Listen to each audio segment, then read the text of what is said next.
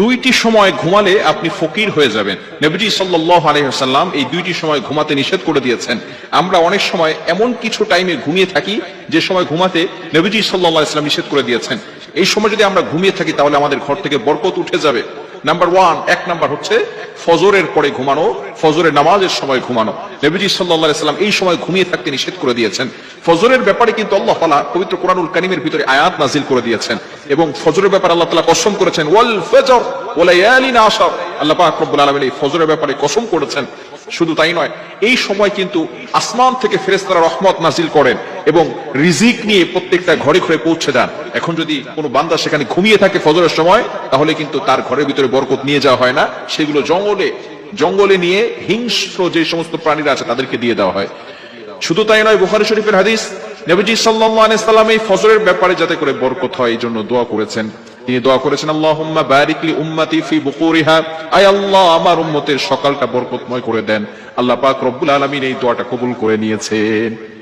অনেকের ঘরে বরকত হয় না, এর কারণ হচ্ছে যে ফজরের সময় সে ঘুমিয়ে থাকে, যার কারণে তার ঘর থেকে দারিদ্রতা যায় না, দরিদ্রতা দূর হয় না, অভাব অনটন লেগেই থাকে।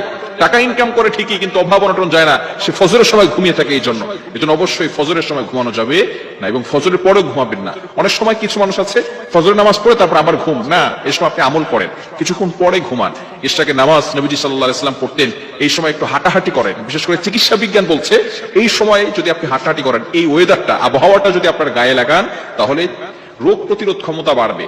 এজন্য আর এই সময়টা হচ্ছে মুনাফিকের নিঃশ্বাস থেকে মুক্ত থাকে, যেহেতু মুনাফিকরা ফজরের নামাজ পড়তে আসে না। এজন্য আসুন আমরা ফজরের সময় ঘুমাবো না, রাসূলুল্লাহ সাল্লাল্লাহু আলাইহি ওয়াসাল্লাম এটা নিষেধ করে দিয়েছেন। দ্বিতীয় নাম্বার হচ্ছে মোস্ট ইম্পর্টেন্ট, মাগরিব থেকে নিয়ে এশা পর্যন্ত এই সময়টা আমরা ঘুমাবো না। তাহলে কিন্তু যদি কোনো ব্যক্তি ঘুমায় তাহলে সে দারিদ্র হয়ে যাবে, তার উপরে কিন্তু অভাব অনটন লেগেই থাকবে। নবীজি সাল্লাল্লাহু আলাইহি সাল্লামের হাদিস এসেছে, যদি কোনো ব্যক্তি মাগরিবের নামাজের পরে ঘুমিয়ে যায়, আল্লাহ রাসূল সাল্লাল্লাহু আলাইহি ওয়াসাল্লাম তার উপরে লানত করেছেন। রাসূল সাল্লাল্লাহু আলাইহি সাল্লাম মাগরিবের নামাজের পরে ঘুমাতেন না, কোন সাহাবী নামাজের পরে ঘুমাতেন না, ইশারের নামাজের পরে ঘুমাতেন।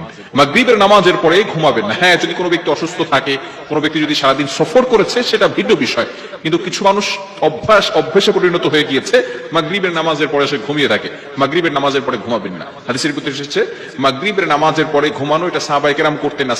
নবীজি সাল্লাল্লাহু আলাইহি ওয়াসাল্লাম মাগরিবের নামাজের পরে ঘুমাতেন না। হ্যাঁ, তিনি তাড়াতাড়ি ইশার নামাজ পড়ে তাড়াতাড়ি ঘুমিয়ে যেতেন।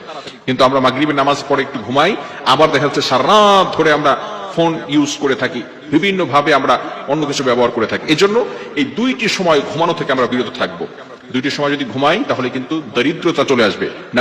এক নাম্বার হচ্ছে ফজরের সময় ঘুমানো যাবে না, ফজরের পরে ঘুমানো যাবে না।